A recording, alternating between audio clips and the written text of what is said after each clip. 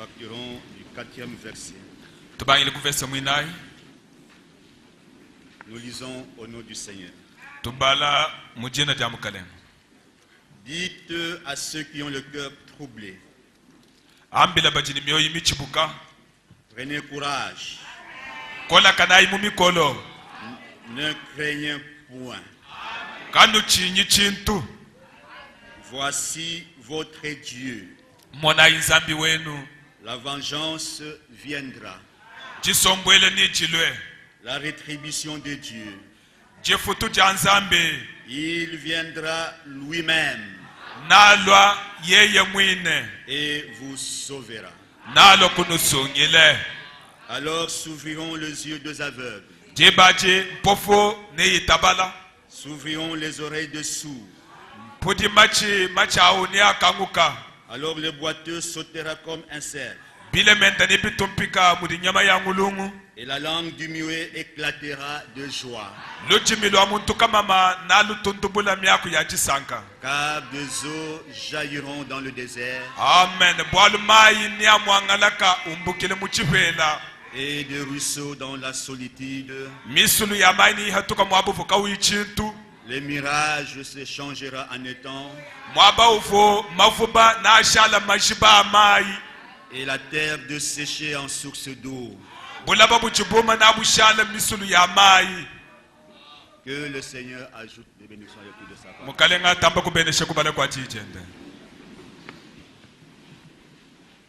Notre Dieu, il avait beaucoup d'attributs.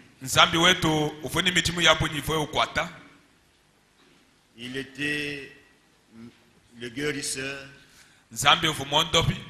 C'est pourquoi on l'a appelé Jéhovah Rapha. Il est le Seigneur. Il est le Sauveur. Et pour qu'il soit le Sauveur, il savait cela. Il fallait que nous puissions pécher. Dieu savait que le monde allait tomber dans la désobéissance. Parce qu'il n'avait pas de péché, il n'allait pas exercer son attribut de sauveur. Mais quand le monde est tombé dans la déchéance, dans le péché, c'est en ce moment-là que Dieu devait être le sauveur. Et il avait été déjà annoncé d'avance, comme nous venons de le lire. Ésaïe le prophète prophétisait en son temps pour dire: dites à ceux qui ont le cœur troublé, prenez courage,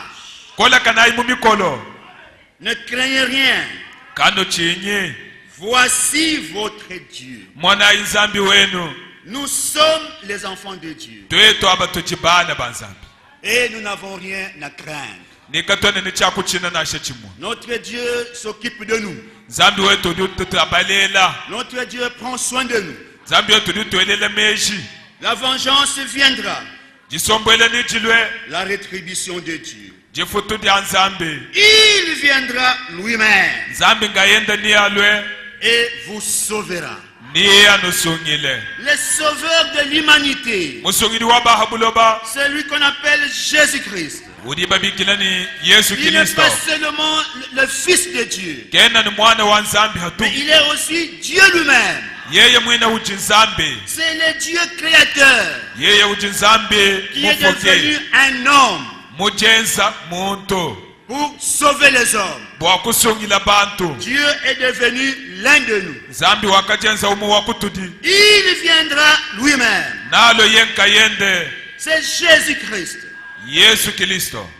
qui devait venir pour sauver l'humanité. Et le salut, c'est en Jésus-Christ. C'est la foi à l'œuvre accomplie par Jésus à la croix. Il n'y a aucune église qui sauve. C'est votre foi votre foi personnelle à l'œuvre accomplie à Golgotha par Jésus-Christ. C'est ça qui vous sauve.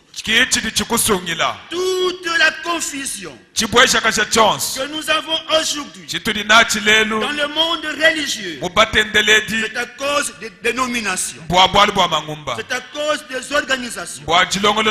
C'est pourquoi ici, nous ne sommes pas une organisation, mais nous sommes un organisme. Nous ne sommes pas une dénomination, mais nous sommes l'église la vraie, l'église du Dieu vivant. Et Dieu du ciel n'a pas plusieurs églises. Dans Matthieu 13, je crois verset 16, nous pouvons le lire. Jésus avait dit, lisons un peu cela, parce que ça vient. Matthieu chapitre 13.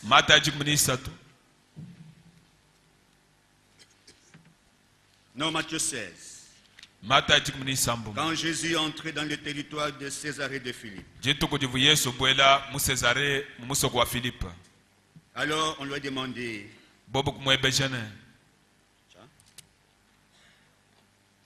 excusez-moi, je cherche. Il a demandé aux gens, qu'est-ce que vous dites de moi?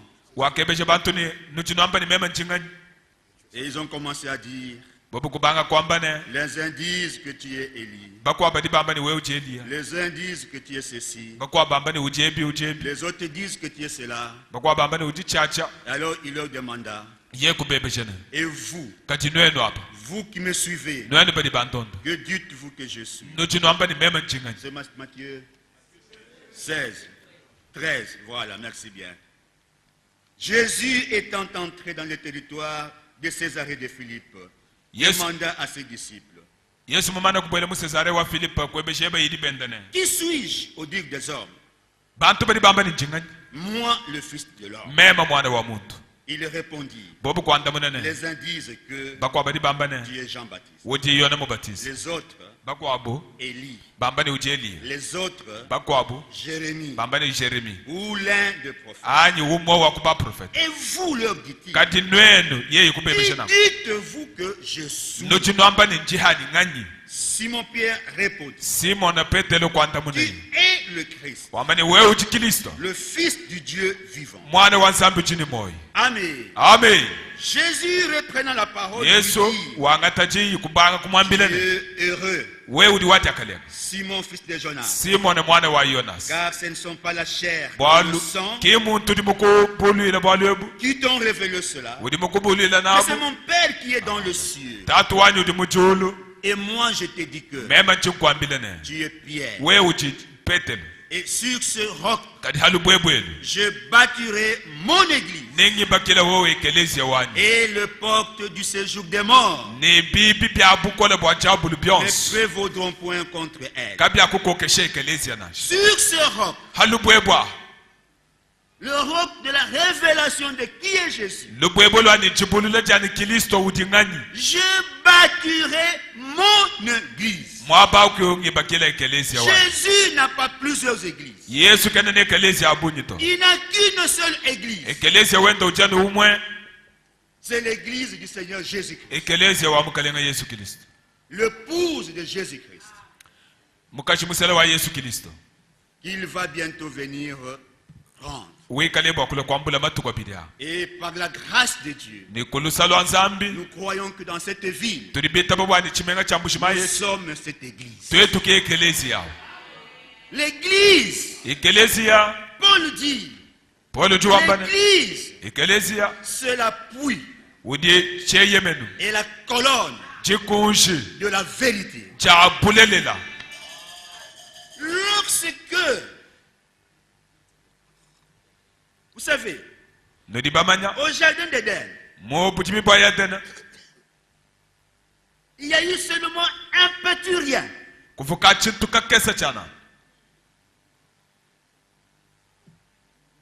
Le diable a dit,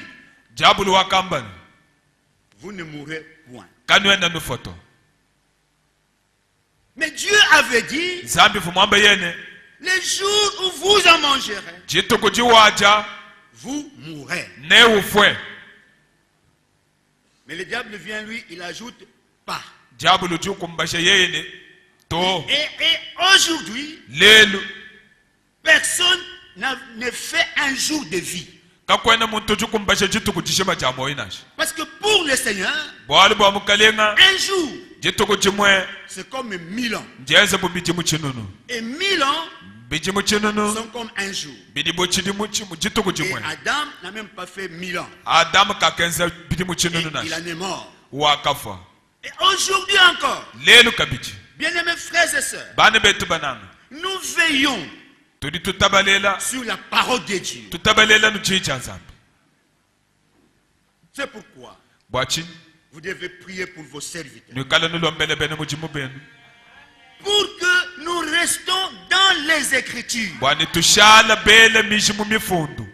Aujourd'hui, dans cette ville, il n'y a pas deux églises. Pourquoi? Parce que toutes les tables sont pleines de vomissures.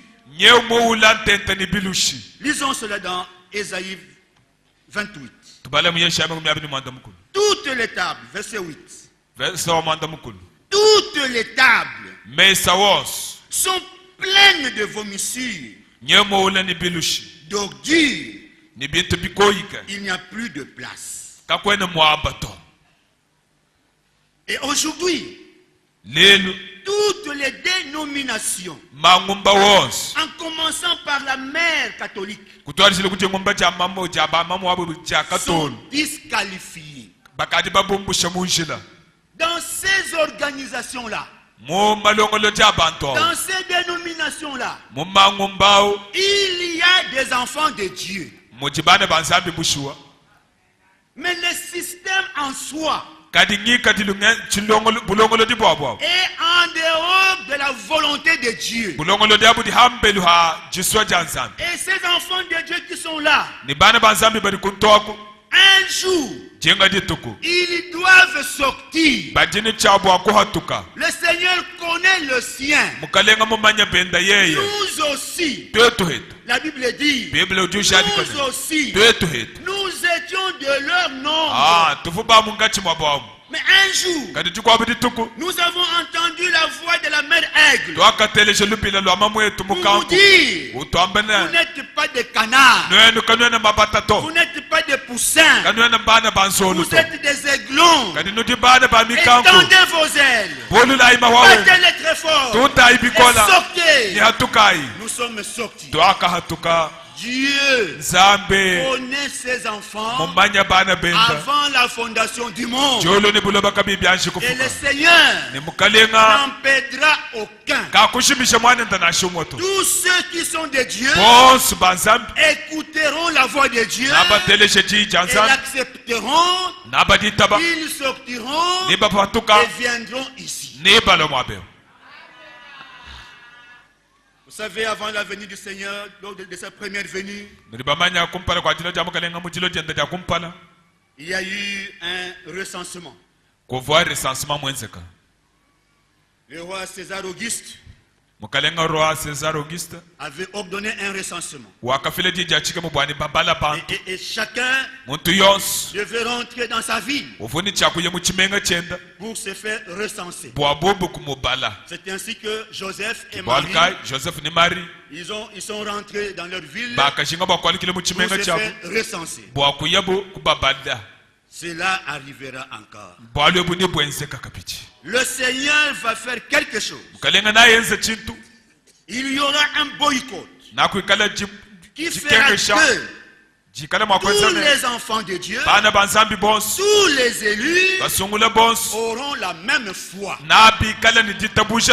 Il y aura le même langage. Ça, c'est Dieu qui le fera. Mais le système dénominationnel est du diable.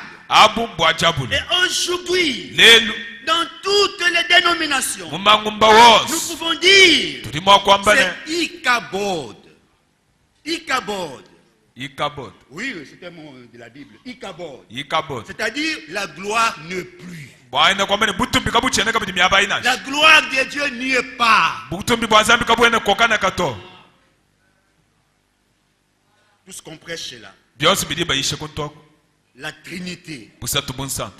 Il y a 3 personnes en Dieu. Dieu le Père, Dieu le Fils, Dieu le Saint-Esprit. Ce n'est pas la parole de Dieu. Et la Bible dit, n'ajoutez rien à la parole et ne retranchez rien. Tous ces systèmes-là sont déjà disqualifiés. Un peu de levain fait monter toute la pâte. Et nous devons nous débarrasser du levain catholique. Le vieux levain pentecôtiste. Aujourd'hui, les gens aiment toujours marcher à l'encontre de la parole de Dieu. La Bible dit, je ne permets pas à la femme de prêcher. Mais ce matin, combien d'églises, combien de femmes se tiennent devant les hommes dans le monde entier pour prêcher la parole? Ça s'appelle dans la parole de Dieu rendre un service à Dieu en dehors de sa volonté. Rendre un service à Dieu mais en dehors de sa volonté. Et si nous venons maintenant dans le message, à ceux qui prétendent croire le message, regardez combien de faux enseignements, combien de fausses doctrines. Aujourd'hui, les gens sont assis dans la chair de William Marion Branham. C'est pourquoi ils ont leur slogan. Branham a dit. C'est ça leur slogan. Je vais lire un peu cela ici. Le slogan. Bon, je suis à la page 12 de la dernière lettre circulaire, avril et mai 2019. Je lis d'abord vers la fin. Dernier paragraphe. Tous ceux qui prétendent croire le message devraient regarder dans leur propre ville et se poser la question suivante. Combien d'églises de Dieu y avait-il à Éphèse,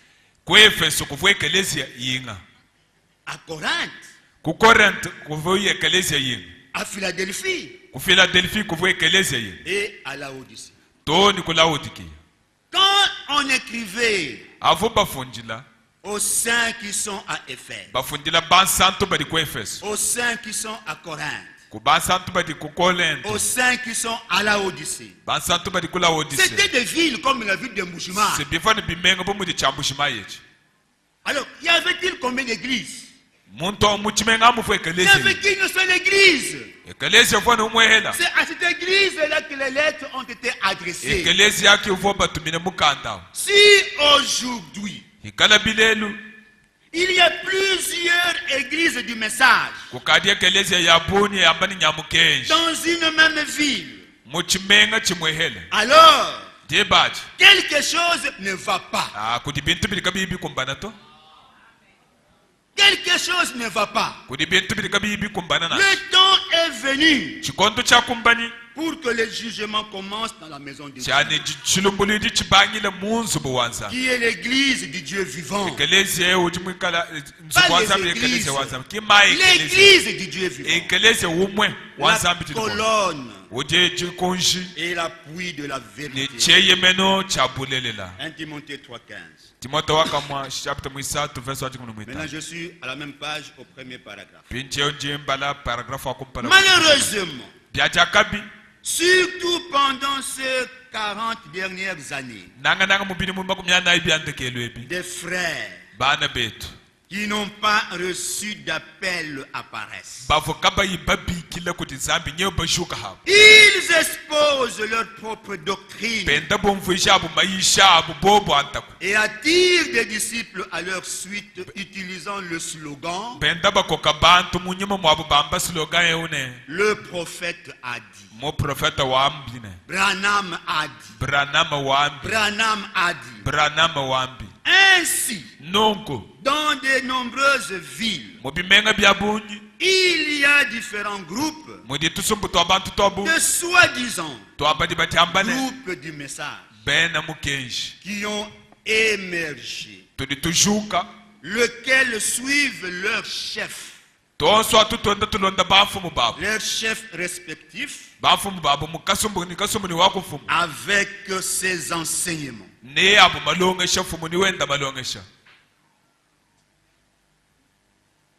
Mais par la grâce de Dieu, le Seigneur nous a ouvert les yeux. Moïse pouvait dire en son temps: si j'ai trouvé grâce à tes yeux, fais-moi connaître tes voies. Et aujourd'hui, nous enlevons le si là. Nous disons: Seigneur, nous avons trouvé grâce à tes yeux. C'est pourquoi il nous montre ce voie. Bien-aimés frères et sœurs, tous ceux, j'aimerais les lire. Je suis à la page 11. Aussi certain que la parole écrite est infaillible et sans reproche.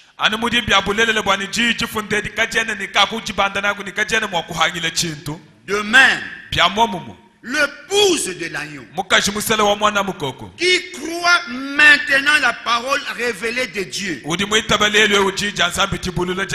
rencontrera l'époux sans tache ni ride, absolument sans reproche, le jour de l'enlèvement. Maintenant, suivez. Il devrait être clair pour tous qu'aucun homme enseignant une fausse doctrine et qu'aucun de ceux qui ont été égarés ne sera enlevé. Il devrait être clair pour tous qu'aucun homme enseignant une fausse doctrine, que Dieu nous aide, et qu'aucun de ceux qui ont été égarés ne sera enlevé. Pourquoi? Dieu ne peut mettre son sceau que sur ceux qui sont lavés dans le sang et sanctifiés par la parole.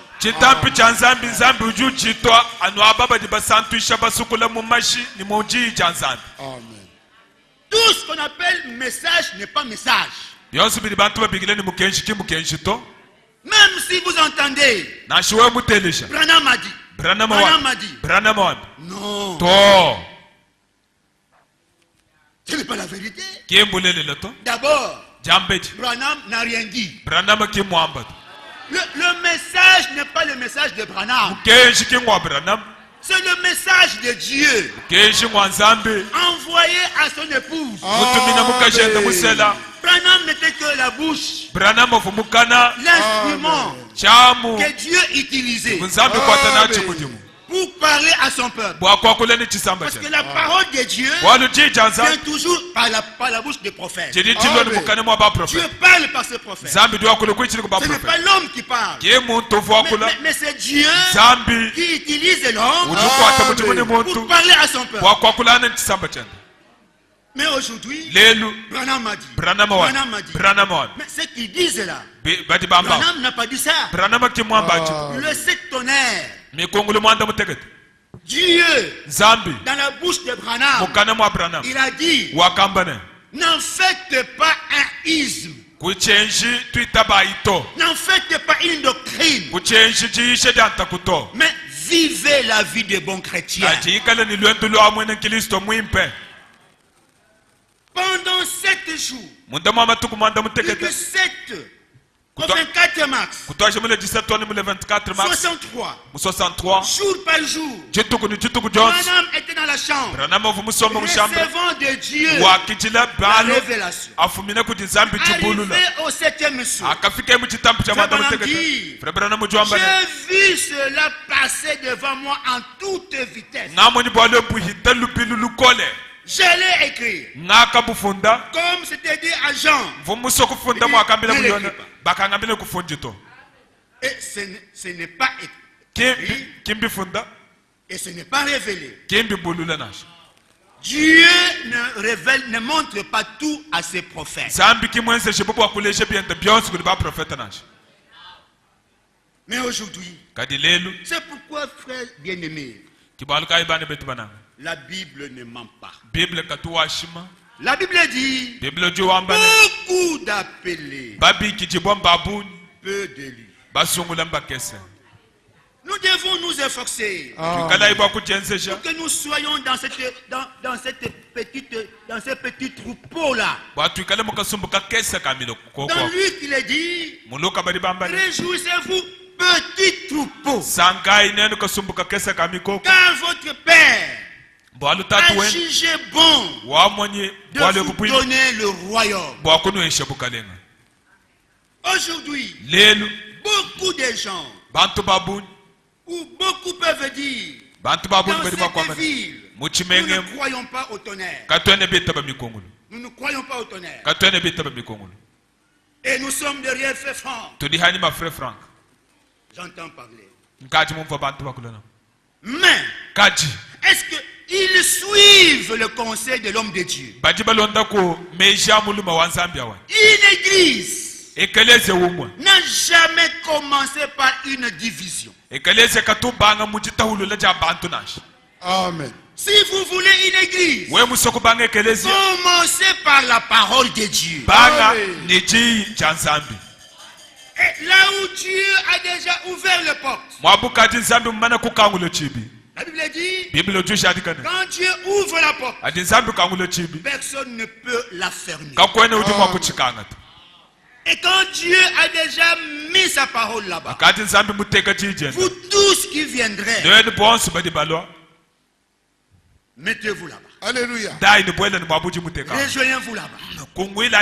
Vous fouillez la guerre de Kamonasa au Akananga. Vous venez à Mbujimaï. Ne restez pas à Bipemba. Vous dites, oh non, nous les frères du message venus de Kananga. Non.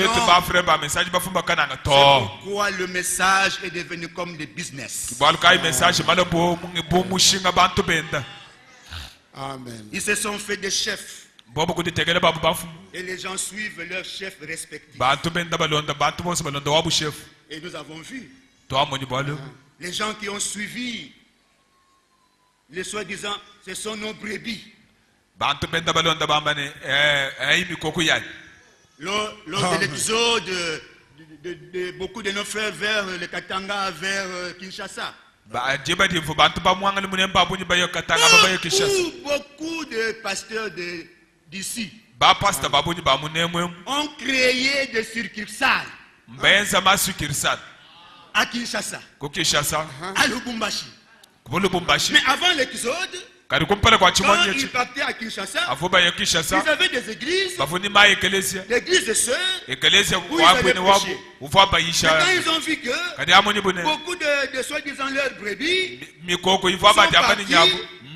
ils sont partis là-bas, on les a suivis, et ils ont créé des succursales, des salles B. Et c'est comme ça que c'est plein à Kinshasa.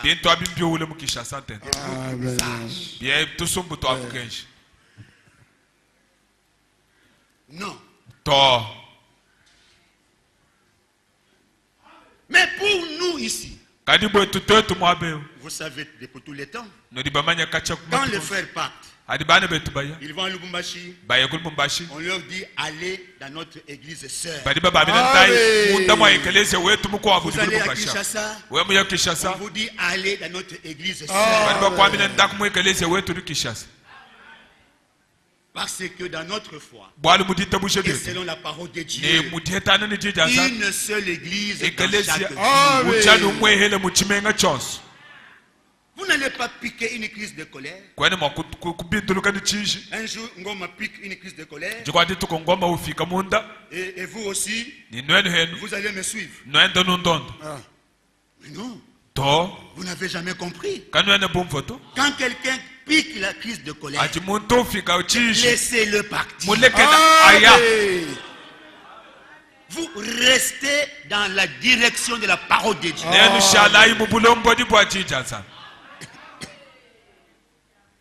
Amen. Il n'y a pas plusieurs églises dans chaque ville. Et j'entends beaucoup de gens dans cette ville prêcher. Oh non, voilà, c'est ce que je prêche.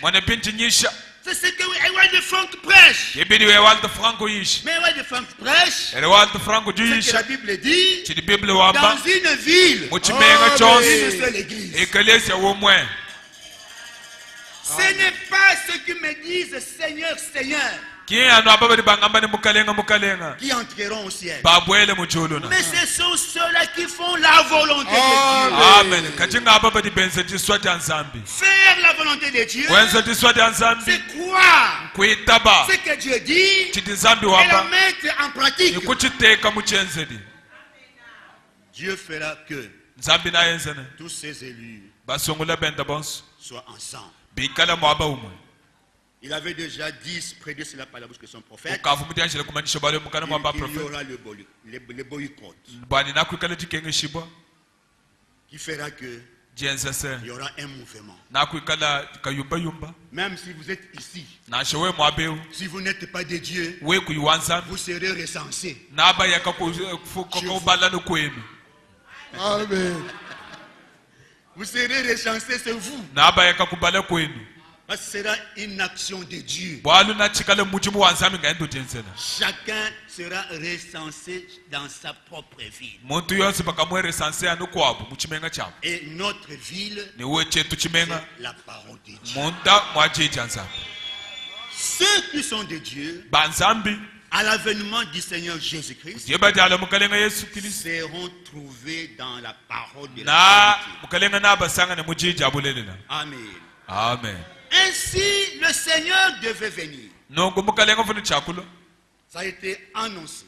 Voici votre Dieu. Il viendra. C'était déjà dit. Mais lorsque le Seigneur est là, qui a reconnu cela? Les gens pouvaient lire. Mais alors que l'écriture s'était accomplie, Dieu est venu sur la terre. Mais qui pouvait accepter cela?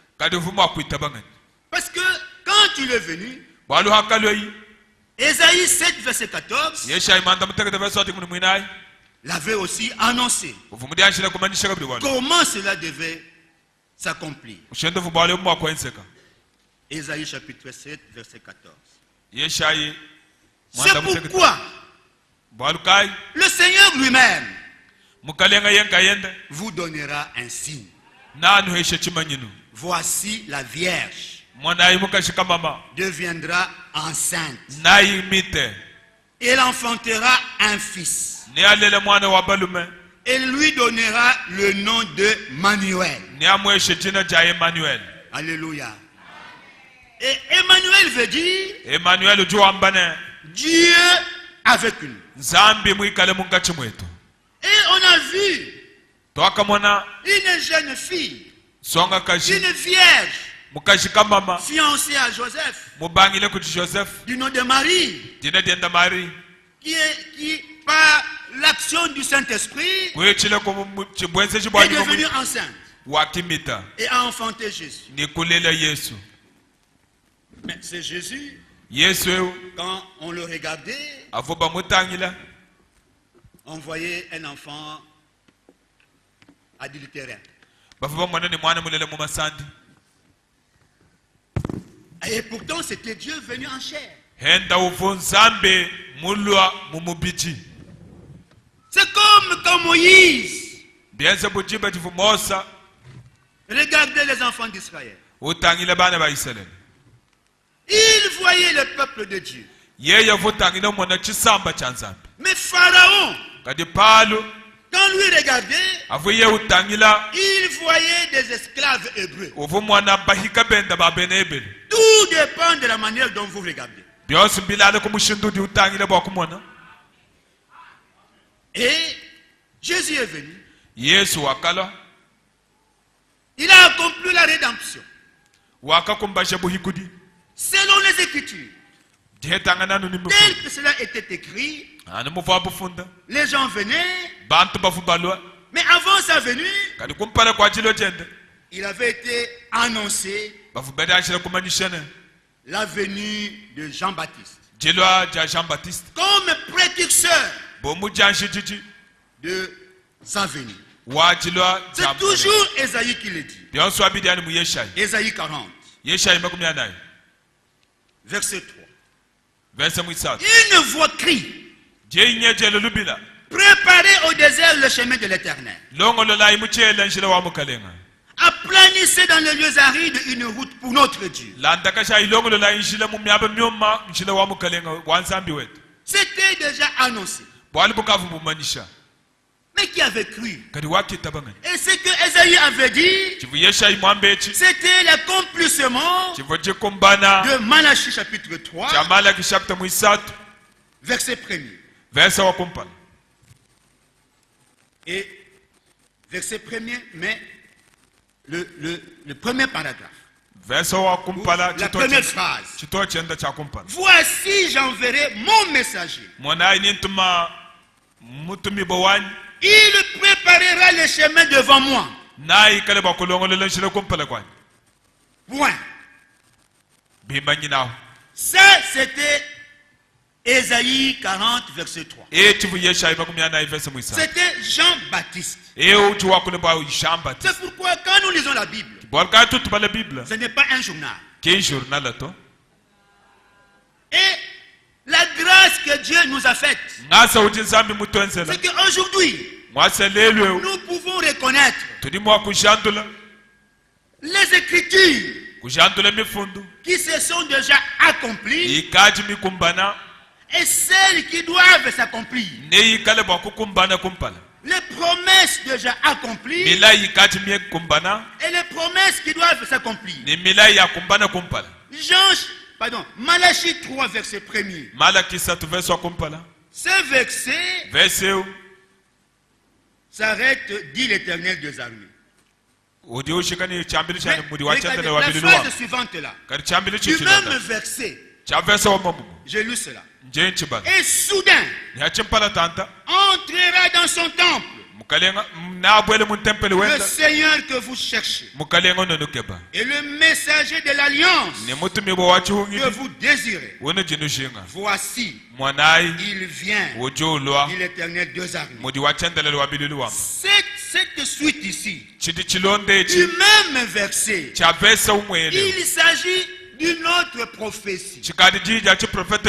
Il s'agit ici du Seigneur Jésus-Christ. Quand maintenant il viendra pour entrer dans le temple qui sera rebâti, et l'épouse ne sera plus sur la terre.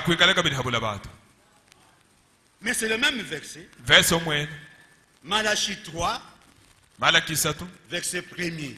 C'est comme dans Luc, dans Ésaïe 61.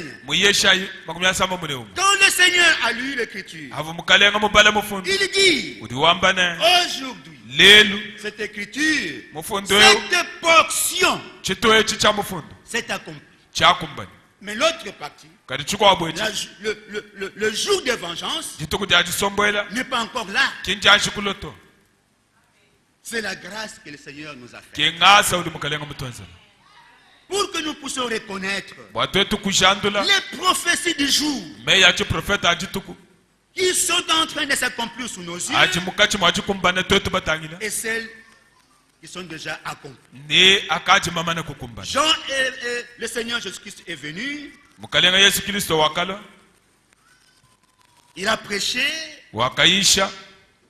Il a ouvert les yeux des aveugles. Il a guéri les malades. Et tout le monde était dans la joie. Mais parce que la Bible dit, sans l'effusion du sang, il n'y a pas de pardon des péchés. Et Jésus était venu comme la divinité venu en service pour mourir. Et il devait mourir. Et il est mort. On l'a crucifié. Il est mort. Et quand il est mort, les gens étaient attristés. Ils ne savaient plus sur qui il fallait compter. Même les disciples étaient attristés. Ils ont oublié qu'il y avait d'autres écritures qui devaient s'accomplir dans la suite. Et Frère Branham, dans la prédication, alors leurs yeux s'ouvrirent. Dieu, par sa bouche, il dit de tout le temps, ça a toujours été comme ça. Les gens peuvent croire une portion d'écriture, mais ils oublient la suite. Ça a toujours été comme ça. C'est pourquoi nous pouvons lire dans Luc 24. Ce qui s'était passé ce jour-là, ce matin de sa résurrection. Comment les disciples étaient tristes. Luc 24.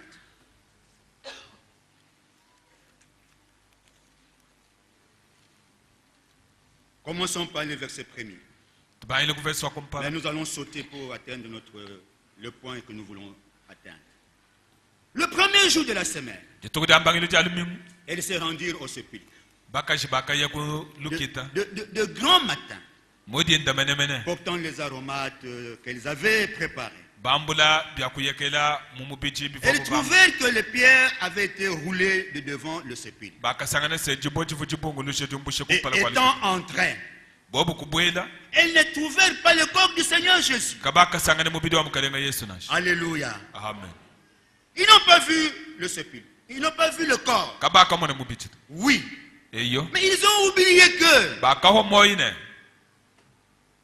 il devait ressusciter le troisième jour. Ils ont oublié cela. Alléluia. Alors, verset 9. À leur retour du sépulcre, ils annoncèrent toutes ces choses aux 11 et à tous les autres.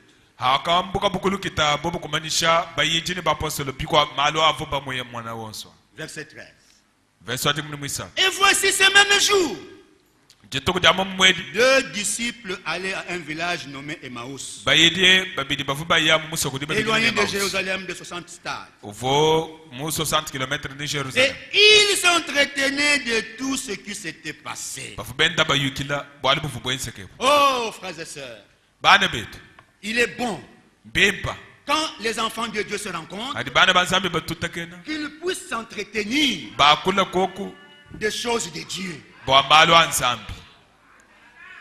Il est merveilleux Frère Branham dit quelque part, pourquoi les anges ne nous apparaissent plus? Parce que nous sommes préoccupés à beaucoup de choses. Nous parlons toujours politique. Non. Les chrétiens, l'épouse doit demeurer dans son actualité. Notre actualité, c'est le retour du Seigneur Jésus-Christ. C'est ça l'actualité de l'épouse. Le Seigneur revient bientôt. Il est bon, mes frères, quand nous nous rencontrons, que nous puissions nous entretenir des choses de Dieu. Verset 15. Pendant qu'il parlait et discutait, il ne parlait pas politique, mais il parlait de l'actualité dans le royaume de Dieu. Alors, Jésus s'approcha. L'homme pour qui il parlait, celui qui était l'objet de leur discussion, de leur entretien, il leur est apparu.